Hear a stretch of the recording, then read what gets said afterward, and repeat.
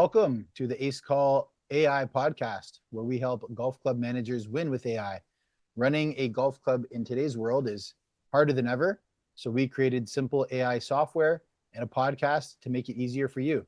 I'm Clayton Elliott. And I'm Brad Milligan. Together, we bring a mix of entrepreneurial innovation and decades of golf club management experience to help you optimize your club, increase profitability, and elevate the member experience. So let's dive in.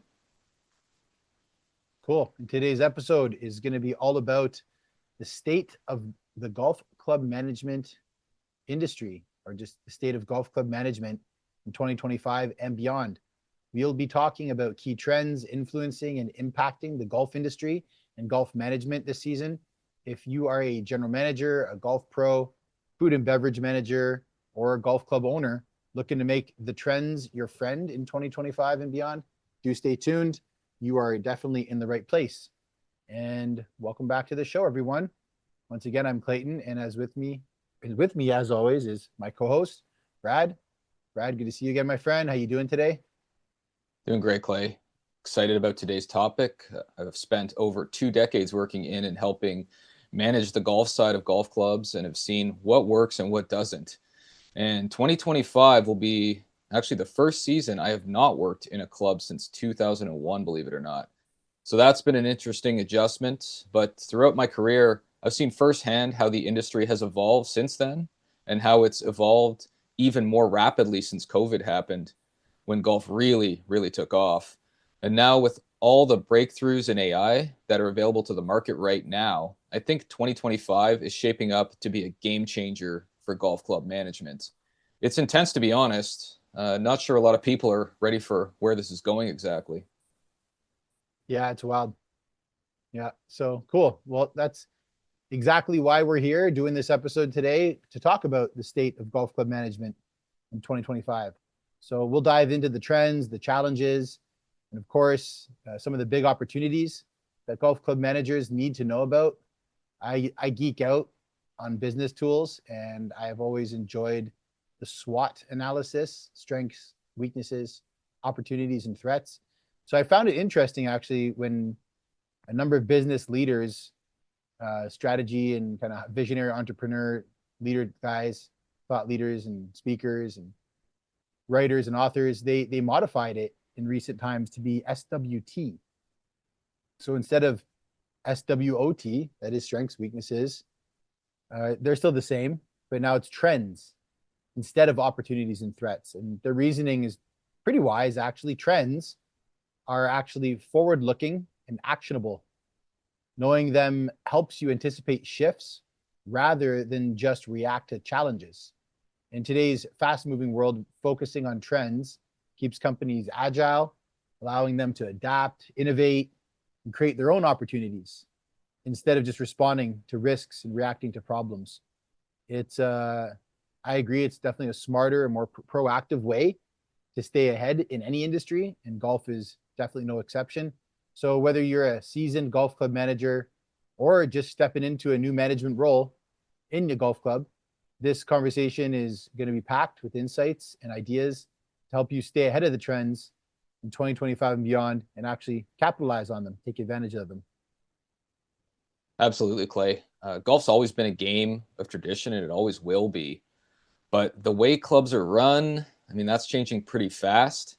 I saw it in my last few years in the industry, and I'm confirming it in the daily conversations I have with general managers who tell me what it's like these days. Cool. So yeah, let's get into it. We're going to try to keep it to around 30 minutes. This episode is going to be, it's a lot to cover. So we're going to try to stick to our show notes as much as possible, but we might go over 30 minutes, might be 40, 45. But in this episode, we are going to cover key trends that are driving the golf industry in 2025 and 2026 and beyond.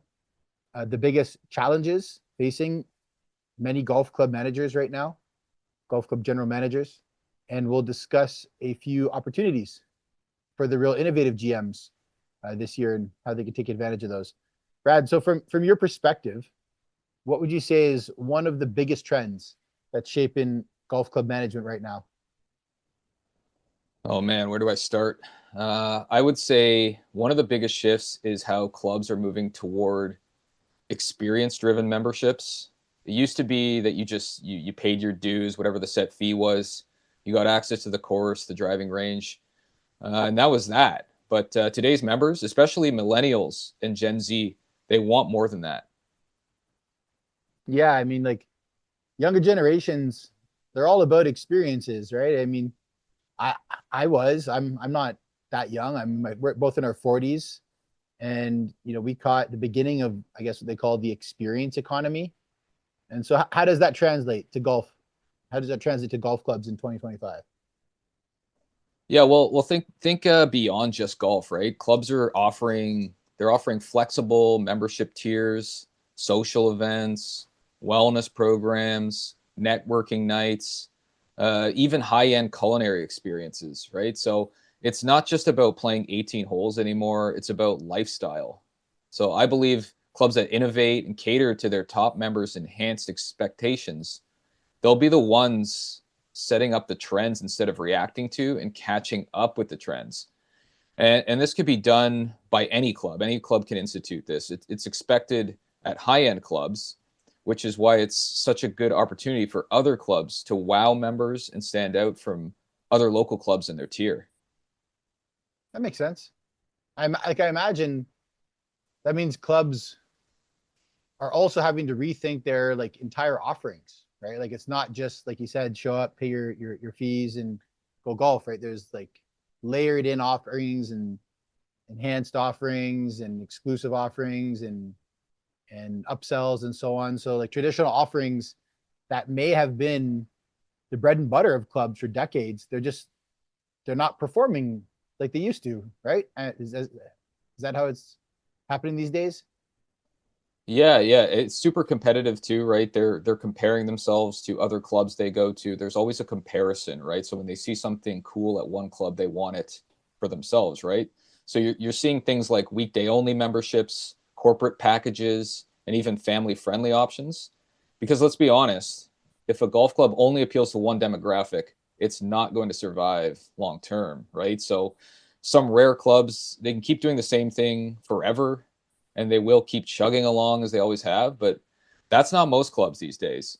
There are still many clubs in that middle to upper middle tier who are very exposed to the risks of changing times and demographics and need to find a way to stay relevant and appealing to a broader audience, or many risk being out of business within 5 to 10 years tops. So Seriously. uh, yeah, so, so clubs that have high real estate value may sell out for condos and homes, especially if they are privately owned by one person, right? So there's a lot that's going on there that clubs need to protect themselves against. That's true. I've heard a lot of chat I've seen happening on LinkedIn. A lot of people are talking about trying to turn golf club like that land. They're like, oh, Mhm. it should be developed. Like there should be condos on there and whole communities and like so the same way I guess like a lot of churches, they haven't been able to keep their numbers up. If they can't keep their numbers up, they can't keep their funds up. If they can't keep their funds up, then developers come around and say, hey, we're going to turn your church into some lofts. And the church is like, well, we can't afford the property tax, can't afford to exist here. So I guess we have to sell out. And so I guess Yep. like a number of clubs will be kind of forced into that situation where they won't be able to pay their bills. And the owners are going to have to make a decision about what to do with that asset and what to do with that property. And I guess at that point, developers are just chomping at the bit to grab some of that golf land up because a lot of it's peppered throughout so many cities where that real estate is worth like unimaginable amounts of money. I imagine some of these golf That's club right. real estate in the cities. So yeah, it's disruptive times for sure. So let's stay on track though. I want to say so. Speaking of modernization, let's talk about technology. From your perspective, how are clubs using tech to improve operations?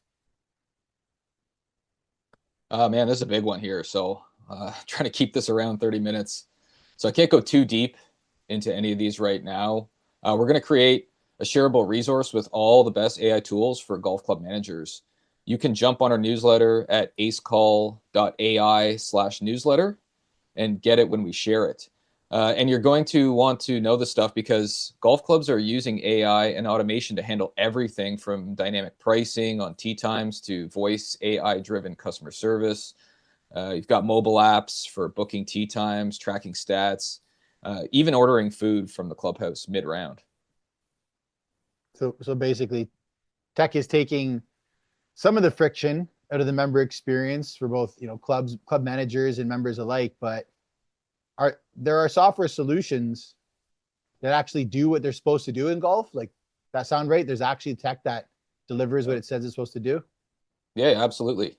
It's also giving clubs data. To me, this is huge because before a club manager might guess what members wanted, right? Just their best opinion, and they'd make orders and have a little bit of an idea. But now they can actually track engagement and customize automated responses and follow-ups at scale. Now they can monitor spending habits and personalize members' experience accordingly. And with AceCall.ai, we give clubs important data about their answered slash missed call ratios for each department, right? It's super valuable. If clubs want to track that member experience KPI, our software does it for them automatically.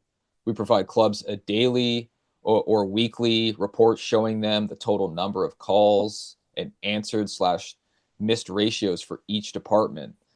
There's so much more than this. It's pretty incredible, Clay. Yeah, it is. And to toot our own horn and some shameless self promotion, it's most clubs that we've spoken with tell us like they don't know exactly how many calls come in a day to each department, what times are the peak times. They have general ideas, but they don't have any hard data. And they don't actually know for each department how many times it ringed, how many times it was answered, how many times it was missed. And so they don't have that KPI, that like, answered to missed call ratio. And yeah, that's all really huge. So, what to stay on track, what about sustainability? I know a lot of golf courses require a ton of maintenance to keep those greens like that all season round. How are clubs handling that in a more like, I guess, sustainable or environmentally friendly way, or which also ties into cost effectiveness? Yeah, 100%. Sustainability, it's becoming a major focus. I mean, it's always been a focus, but it's just increasing over time, right? Water conservation is big. Clubs are using smart irrigation systems, drought-resistant grass, even recycled water in some cases. They use I so was much looking up. water. Like, I can't Oh, imagine how much water clubs use to keep those yeah. greens like alive. Well, yeah, you go through a drought, right? And you're digging into rivers if they're nearby, if you have a pond on site, right? You're trying to use all these kind of on-site things, to keep pushing this, right? So, I was looking up this company, Aquaritin, and they're using drones, AI-powered mowers, AI analytics for turf treatments, and along with other companies, actually they set their pins, so the actual pins that go in the green, they're setting their pins using AI to create less wear and tear on the green surfaces, right? So if you have a tournament coming up and you have a special pin you want to put off in a corner or something like that, you can keep people away from that area. So come tournament day, that pin is in mint condition and people can roll nice putts to it, right? So you're also seeing renewable energy investments like solar powered golf carts and clubhouse energy efficiency program upgrades. There are companies like Solar Eco who are focused on solar powered carts, and companies like Tag Marshall. I remember using Tag Marshall that use GPS to track how long it takes golfers to play and where they go on the course, right? So if AI gets integrated into all these systems, it could really help cut down on turf damage and figure out ways to speed up play and keep everyone happy. Because honestly, Clay, nobody likes slow golf. Yeah, one of the reasons I've been a little hesitant to over the years to go playing with friends when they go is I'm like, I'm gonna slow it down for our whole Yeah, crew, but also anybody behind us. yeah, yeah, Me times 18 holes is gonna be slow. And so I it's kind of I feel embarrassed. I will I promise you and everyone listening, I will get better this year. I will, drive a few thousand balls and just get good enough that I can keep up with the big guys. Um, but yeah, no, that's pretty cool. I imagine some of the things you just mentioned, the solar powered carts and companies using GPS to track how long, all these things, like they're probably already using AI in some capacity. Like Sure. we, there's no way we can research into the nitty gritty technological details of every single company. That's not the purpose of this podcast. Um, but I imagine like right now as we speak, there's massive changes happening in this hardware software systems, and where they can actually automate and have AI doing it, within parameters, Hmm. so things can just keep flowing and everyone can just keep enjoying themselves and people aren't wasting their time doing menial work. So, okay, so clubs, they're not only reducing costs with all this hardware and software and AI and automation, but they're also positioning themselves as environmentally responsible, which is something a lot of modern consumers actually care about, right? If people who are going to push back on golf because of its water usage or its you call it, pesticide or herbicide usage or weed spraying, like anything these companies can do to say, listen, we know we have an impact. We're trying to reduce it as much as possible. Here's what we're doing.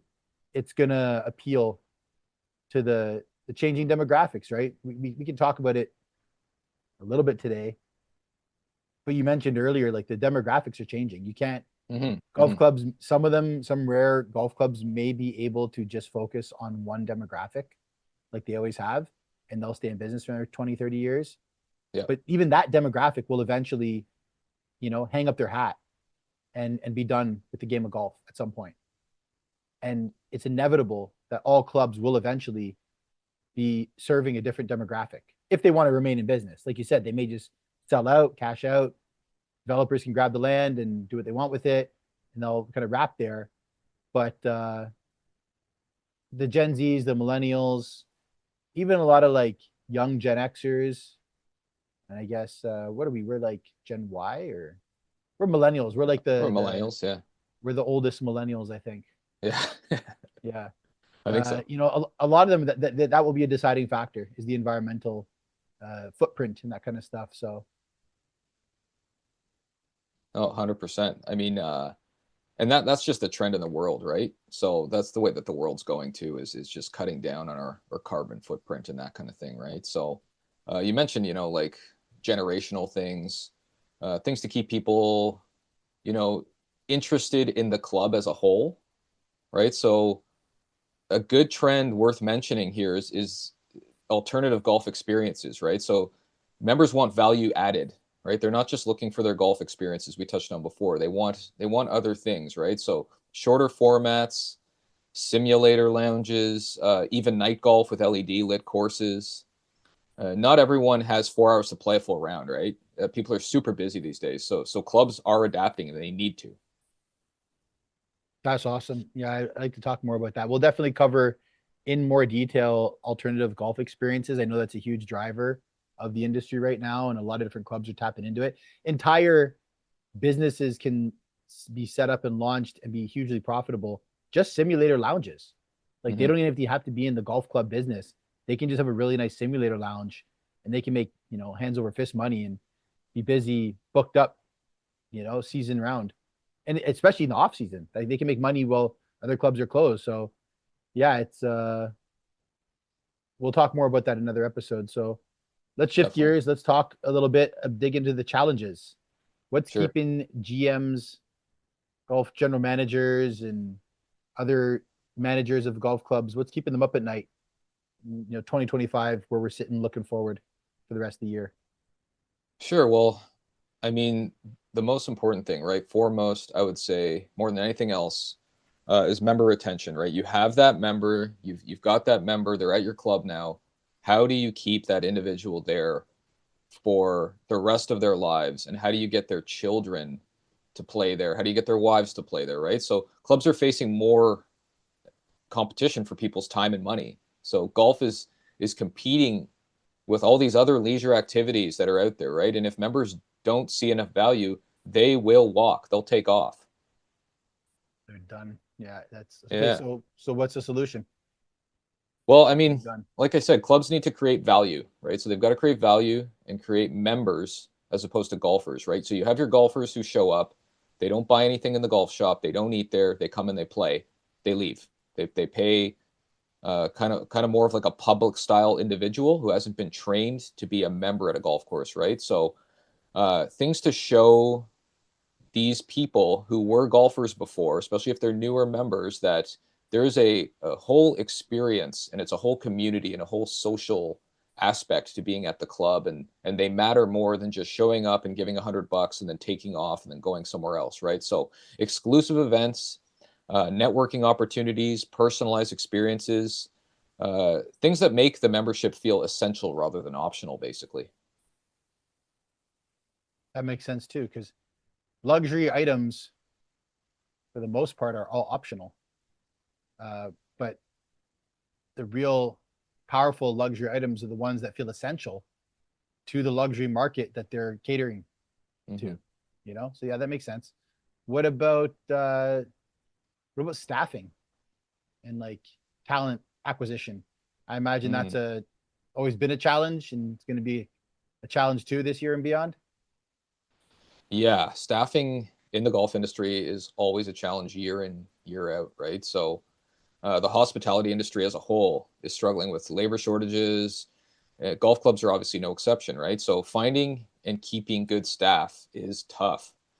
That's why automation is becoming so important. Things like self check-in kiosks and AI-driven tee sheet management can lighten the load, right? So being able to run smoothly with 3 to 4, even just 2 to 3 less staff can be an annual savings of $100,000 to $200,000, which the club can use in all types of ways to reinvest back into the business.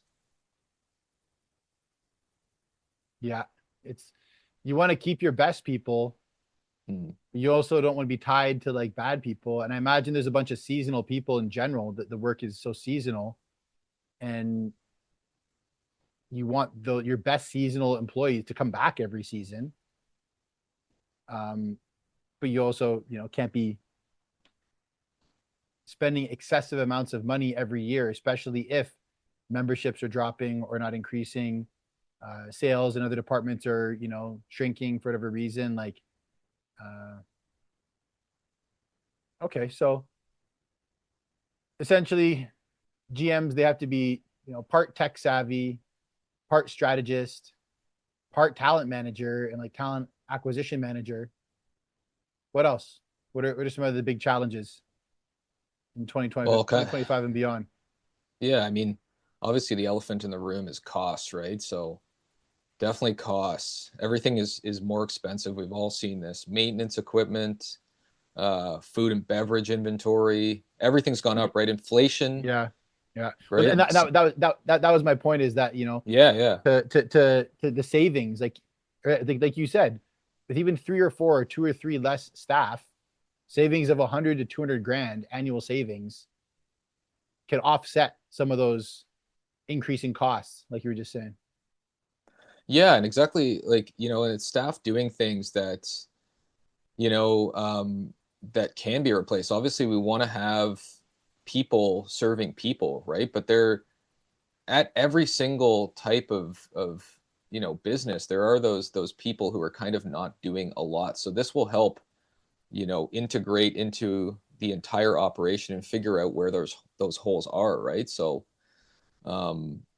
but yeah, just to get back onto, like, inflation and supply chain issues, right? They've put a massive pressure on all the budgets, right? So we're having to pinch pennies all over the place, right? And now with all these tariffs and trade wars with the USA, the macro and microeconomics playing out will definitely not result in cheaper inputs and materials. So this is happening right now in January 2025, and will unfold throughout 2025, and for who knows how many years to come, right? We've got Donald Trump not joking about making Canada the 51st state these days. This doesn't get more wacky than this, right? But it still actually can. That's the crazy part, right? So It can get without nuttier. going, It can oh get yeah, crazier. it can always get nuttier. So Costs are without high. going, Like these costs can go higher. Like there's oh no yeah, ceiling yeah, right now. exactly, right? So uh, without going on too much of a rant on that one, golf club managers should expect to see nearly all costs and expenses going up. I can't think of any that will go down at this point. Yeah, that sounds about right. It sounds like clubs, they need to be more strategic with their spending. They need to do more with less, right? It's that austerity Mm, kind of mentality, which is you still have to do a lot. You don't get to do less, but you have to do more with less. You're not given more to do more. mhm. You're given less to do more. Yeah. So okay, let's talk about some opportunities. Though. Let's shift gears into some positives here and quickly discuss opportunities that come from these trends, right? Let's have the opportunities that come from the challenges. There's always opportunities and challenges, but the opportunities that come from the trends, in spite of the challenges, and in response to them as well. And I'll also say that like you don't need to go chasing all these opportunities. Don't be overwhelmed. They call it shiny object syndrome. It's like the Yeah. entrepreneurs like glitch is they're always like, oh, look at that. Oh, that looks great. That sounds great. People will love that. Let's do that too. That shouldn't be too hard to implement. Let's do that one too. Right. And you should not pursue all of these opportunities or all opportunities in general. Like unless you're absolutely certain you have the resources and can successfully implement all of them. And like your members will love them all as well. So some of these you may like, but your members might not be interested in. Mhm. Some of these you may not be interested in, but your members would love, right? So you got to really be discerning and diligent in determining which one of these opportunities you will pursue. Oh, 100%. So one of the biggest opportunities I'd say is personalized memberships, right? Clubs that offer customizable experiences will attract more members. Yeah, and you can use that. You can use AI for that. Yeah, There's a number of applications of AI. You can track a member's habits, see where they engage, what they engage with most in the club. You can tailor offerings accordingly. exactly. Another opportunity I'd say actually is digital marketing. Many clubs they don't think they need digital marketing, and they haven't had to for so long. And in their defense, I guess many have done just fine for decades without it, right? But in this year, in 2025 and beyond, it's it's just not wise to have like zero active presence online and on social media. They're just social media, targeted ads, Google optimization. They're really game changers for your site traffic and new member acquisition opportunities, right? Like in there's traffic and conversion. Mm. You either have a traffic problem and or a conversion problem. If you have a great club, you have an amazing onboarding experience, you have a great brand, you got stacks of reviews, but you have no traffic. You have no new leads coming in, no referrals. You're not showing up online because you have no online presence. Then your awesome conversion and onboarding system is not going to be able to be fully utilized, right? If you have great traffic, but you don't have a great conversion system in place, then you're going to drive all these people there and you're going to lose them all. It's like a bucket Yeah. with holes in it. You're trying to pour water in, right? So, ideally you should be leveraging social media, target ads, and Google optimization. But if you can't work on all of them, just one.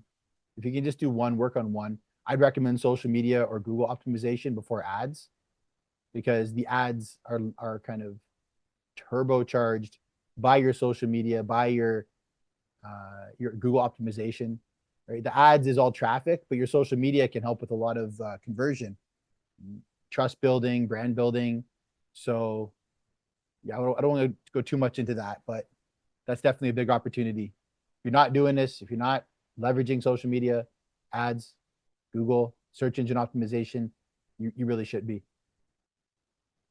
Yeah, and I mean, ideally, they should be leveraging all three. Obviously, if they can only do one, that's great. But you should be looking into these systems and how to leverage all three, really.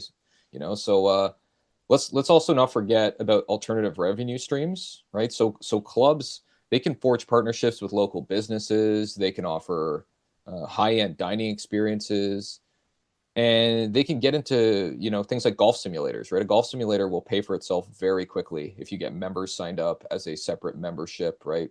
I'm surprised this is not something that every club would have adopted by now. If you don't have a simulator, you've fallen way behind, right? There's so many things clubs can do to diversify and maximize their revenue streams.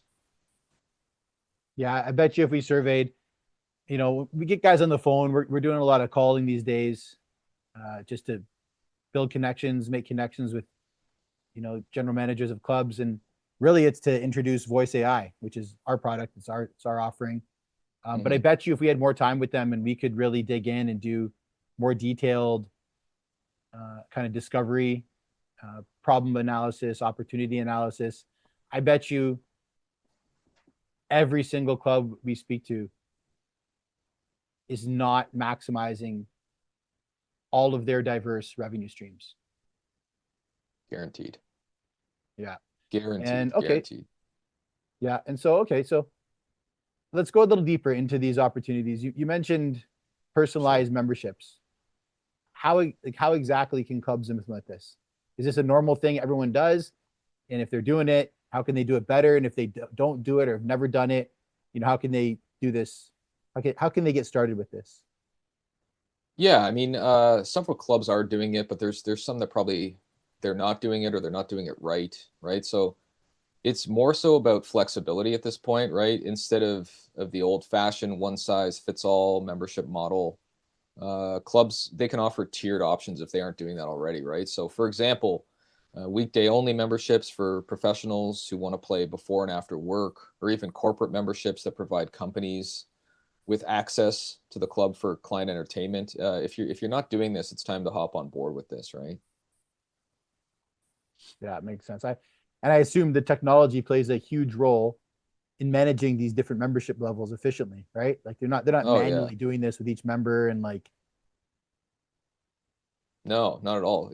Like most clubs they're now using CRM systems to track member preferences. So if a member tends to book a tea time at 6 a.m., the system can offer discounts for early bird hours, right? So this is more in your public type of thing, but also can be applied to semi-private clubs, private clubs with different tiered system, right? So if somebody like loves the spa, they can get targeted deals on wellness services, right? All these value adds that I was talking about before. The goal is to create an experience so tailored that members want to renew every single year for the rest of their lives. That makes sense. And again, I bet you if we surveyed all these guys and asked them how often do you send your members just short surveys, short polls to really get clear on the club services that the members are most into. Like there might be a lot of members who never touch the spa, Mm-hmm. and there might be some members who are there every month, if not twice a month. Like they can't get enough of it.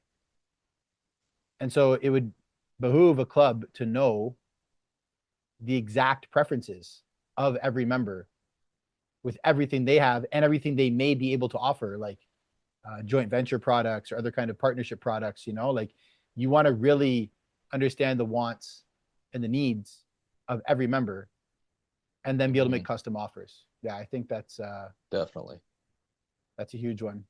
Personalized memberships. Yep. Okay, so let's move on. Let's go to digital marketing and online presence. I said this is going to be a total game changer for clubs, but like why? Why exactly is that? You don't already know. The golf industry is actually just catching up really to where many other industries have been for years. Like as you mentioned in our previous discussions, Brad, like once upon a time, location and word of mouth and maybe a bit of local traditional advertising were like more than enough for many clubs to stay completely full. But most of those clubs, they can't rely on just word of mouth and traditional advertising anymore. Like the golf clubs are not like flyering every door in the neighborhood. You know what I mean? Like Mm-hmm. they have a handful of traditional advertising channels that they can tap into, but with the demographic changes, that doesn't always benefit them, right? Like kids are the young. They say kids. Anybody younger than me is a kid, but like uh, the younger generations, they're not looking in like a Golfer's Digest magazine for an ad for Yep. True. a golf club, or like they're not even looking at those magazines anymore a lot of the time. They're Hmm. watching Hmm. videos on YouTube. They're listening to podcasts. They're in a different world, right? And so word of mouth, and especially we're saying a lot of these older members, if they're in a different generation, like the boomer generation or the oldest Gen Xers, they're not interacting with a lot of millennials and Gen Zs. Hmm. So how would these millennials and Gen Zs know through word of mouth from these older members from a different generation, right? This is Yeah. we'll talk about this in another episode as well. How the generational gap in golf is growing, and what Yeah. that it's a specific trend that like we want to talk more about. But for most clubs, like I said, you can't rely solely on word of mouth and traditional advertising. No. You may not like to hear that. You listening right now, you may kind of make you feel a little uncomfortable, but the reality of it is like social media engagement, targeted paid ads, and SEO are making a huge difference for the clubs who are using them already. So if you're not, you're definitely missing out on new members every year. Like I'll say that like fact. So if you invested like let's say give or take $1,000 a month in your digital marketing and online presence, unless you are completely wasting it frivolously and whoever you're hiring to do this for you has no idea what they're doing, you should be making back at least $1,000 a month in new net revenue to cover that cost, that investment, that ad Hmm. investment cost. Yeah. But like even if your digital marketing efforts just break even, so essentially you spend $1, you make $1 back. You're not making any money from your digital advertisements. What you are doing is building your brand. You're getting more exposure. You may be getting new leads who you don't make a lot of money on the first game of golf they play. But Yeah. if they have a great experience and they're wowed by every aspect of the course and the club and the member experience, maybe they come back. They tell a friend. It's like break even marketing. Like obviously you want to spend $1 and make two. Hmm. In a perfect world, every dollar you spend, you make two. Like one guy I learned from, he said, if you spend $1 and make two, go borrow $10 million Yeah. because you said to spend 10 to make 20. For sure. Very rarely, a lot of companies will spend $1, make back 50 cents. So Hmm. they're losing on the advertisement, which they hope they make up later on um, in upsells, brand recognition, future value of a customer. But um, even if you're marketing, even if you're all your digital marketing efforts just break even, it gives your club an active position online and a pretty aggressive advantage in your local market compared with other clubs that can't or simply like just won't invest in their traffic in their online marketing. Hmm. There's another saying. I'm gonna try to I may paraphrase it, but it's like the business that can spend more to reach and acquire a customer will win. Sure. So if a club's like, I can't spend $1,000 a month on marketing, on advertising, another club says I can spend three. The guy who can spend three is gonna out ad, is gonna out market the one who can only spend one. Hmm. So breaking even is better than doing nothing, because if you do nothing, you made zero. If you spend $2,000 a month and make back $2,000 a month, you still made zero, but that's $2,000 of advertising and marketing that you were doing that was getting your brand out there, that Yeah. ultimately will result in more than just break even marketing. But again, even if it's only ever break even, it's the same as if you did nothing, which is zero spent, zero made is still zero. Hmm. 2000 spent, 2000 made is still zero, but you have some activity and some action going on. So I don't mean to belabor the point and beat a dead horse, but I think that's a very important one that all general managers of golf clubs need to know. Clubs need to know their CAC. It's called your customer acquisition cost, and your CLTV, your customer lifetime value. Golf Yeah. That's clubs. that's Sorry, go ahead. no, like, and that's a good point to touch on is what is that customer going to spend in their lifetime there, right? If you're keeping them for years and years and years and years and their families joining and they're telling friends about the place, right? That you spend $1,000 and you scooped up that member and he loves the place and he's bringing other members. That is a valuable asset going forward, right? So that is a massive stat to look at. There is your CLTV. Yeah, and it's like your CAC, if it costs you $5,000 to get a new customer, and Yeah. then within half a season, you've already made that back in net revenue. Mm-hmm. So you've already broken even with that. And then the next half of the year, they spend another $5,000. You just, doubled your ad spend. Big You time. spent $5,000, made it back, and then made another five on top of it. But that's 1 year. If in the next Mm-hmm. year they come back again, so it's like, if you don't know your CAC, if you haven't figured it out, there's a number of formulas you can do to determine, get as close to that as possible.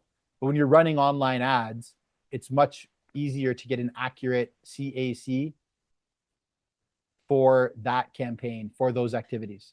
So again, I probably went a bit of a tangent. I could talk a lot more on this. So yeah, we could go for a while on this one. Why don't you give me an example of what a club should be doing right now for digital marketing? yeah, I would say that if you don't have it already, you need a solid presence on Google, like Google Maps. A lot of clubs we found have pretty solid Google Maps presence. They have a lot of reviews. Some clubs, I think one club had over 1,000 reviews, so they're clearly doing something to ensure that they ask for reviews. But no matter what, you need a presence on Google My Business, is what it's called. So this will ensure that you show up in search results when people look for golf courses or clubs in your area. Then that's not SEO really. It's part of SEO, but it's like one sliver of SEO. Most clubs have this worked out. If you don't, you need to get on top of at least that as soon as possible. Then you should be running to your Facebook page and your Instagram account ads targeting local golfers. You can spend as little as $10 a day.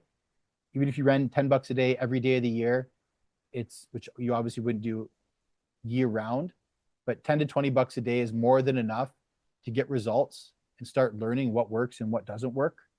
You don't need to hire a professional Facebook ads firm who's going to charge you $10,000 a month retainer plus a percentage of your ad spend. Like you can just figure it out. There's a handful of YouTube videos, and $10 a day is, you can just burn it. It's enough to experiment with and learn a bit of the back end of the platform. So, once you know your CAC and your CLTV and your conversion rates on your ads, you will know, from more or less exactly how much you can actually spend on ads. So I can't forget email marketing. If you're not doing email marketing as a regular form of digital marketing, you really need to be. Clubs, they should be sending personalized offers, as personalized as possible, to prospective members at least once a month. If you have people on your email list and they're not yet a member, year round, they should be getting some kind of personalized offer. There's systems that can do this at scale. They make it very easy. There's AI systems that can do it for you as well. The best clubs will figure out how to do this once a week, even to members and non-members. A personalized offering at least once a week. 3 to 4 offerings a month for a paid offer of some kind is, I would say it's normal. It's below industry average. Like many industries, they just blast their list every day with something. I don't recommend that. It's a good way to burn out your list. In golf, some industries, they can do that and it doesn't matter. They're going for volume. For golf, you don't want to just send people 1 or 2 offers a year, but you don't want to send them 1 to 2 a week either. Or 1 a week, that's still just max. So yeah, it's some basic things to start on right away. If you don't have social media accounts, go get your club social media accounts. Post some photos of your club. They're like, oh, what do I post? I have no posts. We don't even use social media. Take the most beautiful photos you can find on your phone of your club. Sunrise, sunset, peak sunny day, and the cherry blossoms are blossoming. Whatever you got that's beautiful in your club, just pictures of your beautiful club. The front doors of your clubhouse. Like, these are all very simple pictures and content that anybody can get in an hour walking around their club and their grounds. So definitely do that as well if you don't have that set up. So to summarize, Google My Business, make sure you have that set up. Get your social media account set up if you don't already have them. Watch a 20-minute YouTube video of how to set up Facebook ads on Instagram and Facebook.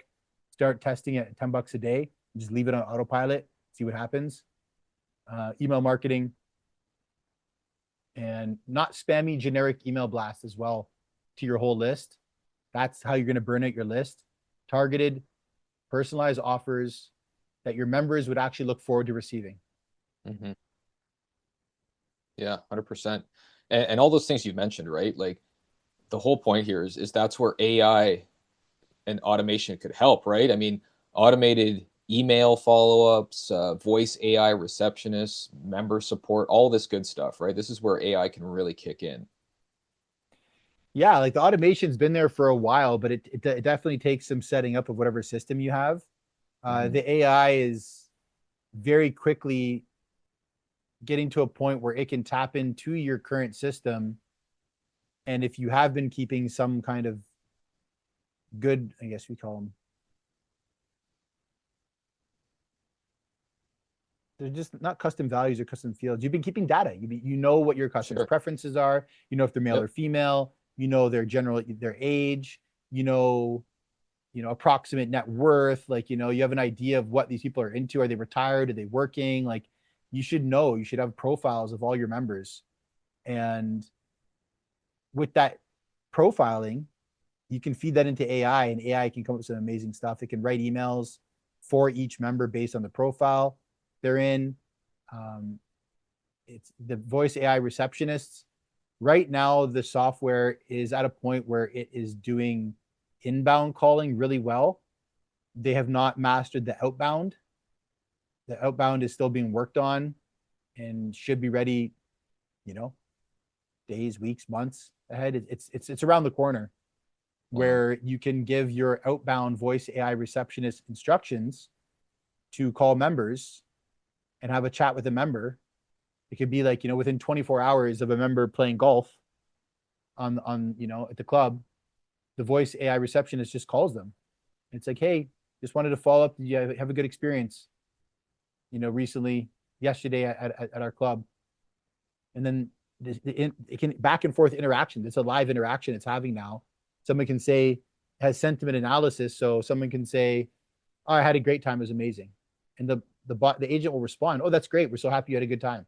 Or it could say, nah, it was actually one of the worst experiences I've had at your guys' golf course thus far. And it can say, we're actually, wow, we're really sorry to hear that. And it can recognize the sentiment that a member is happy or unhappy, is satisfied or dissatisfied, and it can respond appropriately. So yeah, that's crazy, man. Like just to think about, because some members won't be vocal individuals and they won't actually share their opinion. They'll hoard it to themselves, right? So these tools are phenomenal. If it can outbound call, just think of the amount of time that saves, from individuals. Because I've had to call tournament lists, 100 people, and ask them a very simple question: what meal would they like, right? And that'll take me my entire shift, if not a couple of shifts, because I'm not reaching people, right? So wow. for this type of outbound stuff, this is mind blowing, right? And this is just scratching the surface, isn't it? Yeah, like without getting into the nuts and bolts of all the mechanics of everything, like AI can analyze data. It can predict which members might be on the fence about Mm-hmm. renewing their memberships. It can send them personalized incentives to renew. It can also determine who's most likely to renew, and then even try to upsell them into a better package. It's amazing. We don't have time to get into it all right now. Sure. And so yeah, it's wild. It's where we can go with this and where it will go in the months and years ahead. It's really wild. So where were we? Alternative revenue streams. Okay, so what are some outside of the box ideas for alternative revenue streams for general managers of golf club? Yeah, well, we touched on it a little bit before, but one of the biggest is golf entertainment, right? They're already golfers. If you're in a place where it gets cold for half the year and you can't play your golf course, right? We talked about indoor simulators. So if you don't already have this, I've seen some amazing setups already that clubs have, but there's still so much opportunity to make these better And then if you don't have one, to do it the right way so that you're not doing it twice and spending a fortune two times. So you can set these up properly, right? So we've talked about indoor simulators. Like, just imagine a club that offers a top golf style lounge where people can play virtual courses in a fun social setting. You bring in food, drinks, and create an entirely new revenue stream. And that could do year round. You can be running that year round. Sure, sure, So if it's raining, if it's cold, people can still, totally. attend the club and enjoy all the other amenities and offerings of the club. Exactly, right? And they can go in there even if they just want to hit balls for 20 minutes or something like that. It just gives them another option, right? If the course is really busy, they can hop in there, right? And that's just one idea. Others include leasing event spaces for weddings, if you're not doing that already, and corporate retreats, launching branded merchandise, various lines of branded merchandise, and even offering premium golf coaching services on demand. Cool. Got it. What about strategic partnerships? Well, I think this is an area that too many clubs ignore. Maybe some of them don't think they need it, but golf courses, they can partner with luxury brands, hotels, and even tech companies to create co-branded experiences, right? So, a local car dealership, for instance, might sponsor a tournament, or a high-end whiskey brand could host exclusive tastings for members, that kind of thing. Okay, so in this situation, you're basically turning the club into like more than just a golf course. It's a Yeah, business hub. It's a social gathering space. It's a premium, exclusive luxury experience exactly, right? And aside the from golf. club, totally. And there are clubs doing this already, but again, there's always room to add more, not to overwhelm them or anything. But there are some clubs out there that are totally dropping the ball. They're leaving all this revenue on the table, right? So the clubs that get this will dominate in the coming years. Cool, love it. Did any of the clubs that you worked at do anything like this? Yeah, yeah. Clubs I've worked at have had, corporate tournaments, whiskey and cigar nights, hole in one tournament sponsorships. We've had members sponsor events and give away prizes for ad space on the website.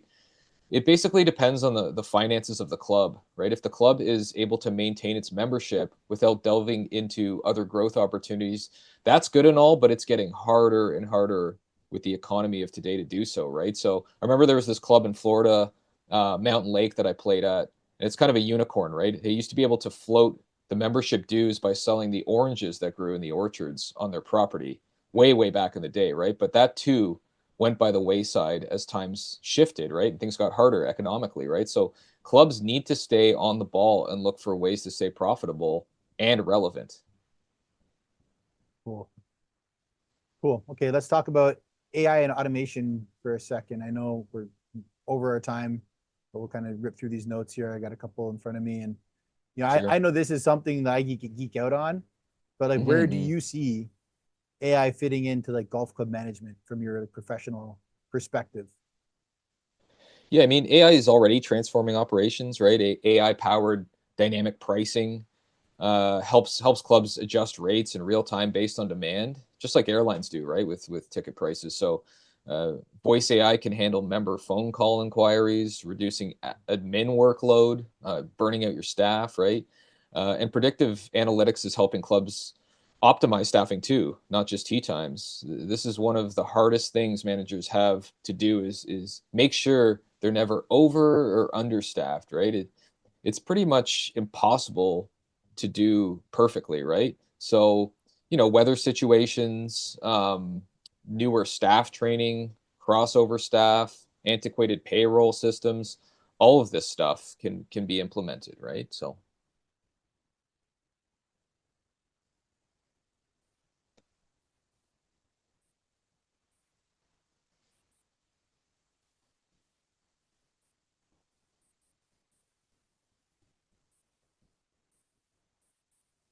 your sound's gone.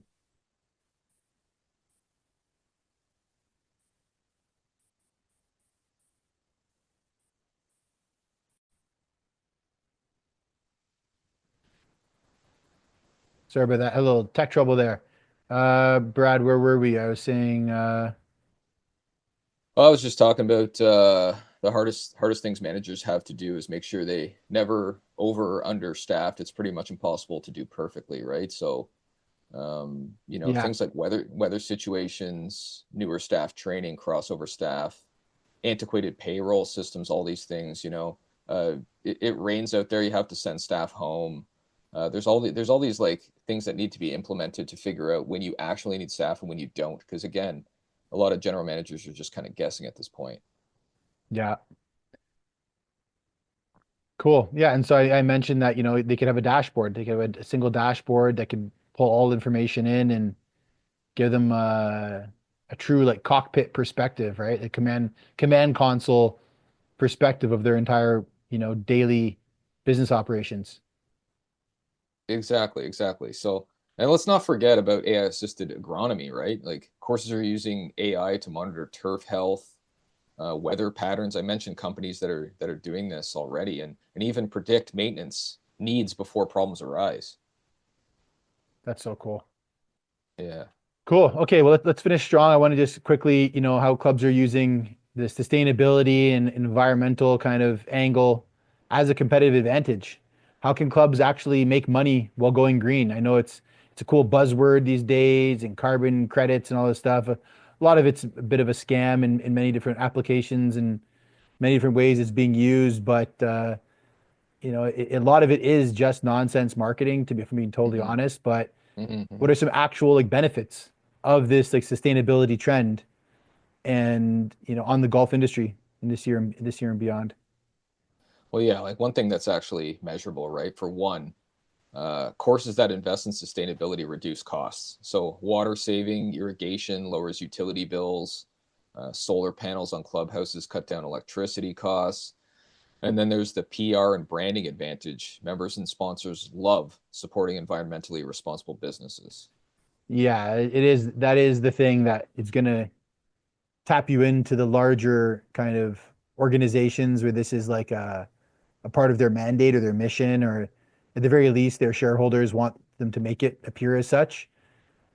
They can align with golf clubs to do these kind of events, and it helps them kind of, what do you say, check all the boxes, as they say.